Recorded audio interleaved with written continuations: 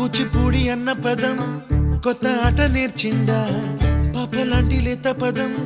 పాఠశాలగా కూనలమ్మ జానపదం పల్లె దాటి వచ్చిందా చవళిల జానతనం పాట చూపగా కుంచెలో దాగే చిత్రాలు ఎదురొచ్చేలా అంతటా ఎన్నో వర్ణాలు మంచులో దాగే చైత్రాలు బదులిచ్చేలా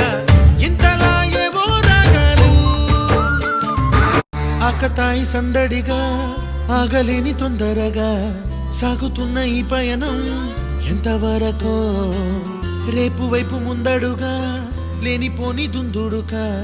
రేగుతున్న ఈ వేగం ఎందుకొరకో మట్టికి మబ్బుకి వేళ దూరం ఎంతంటే లెక్కలే మాయం అయిపోవా రెంటిని ఒక్క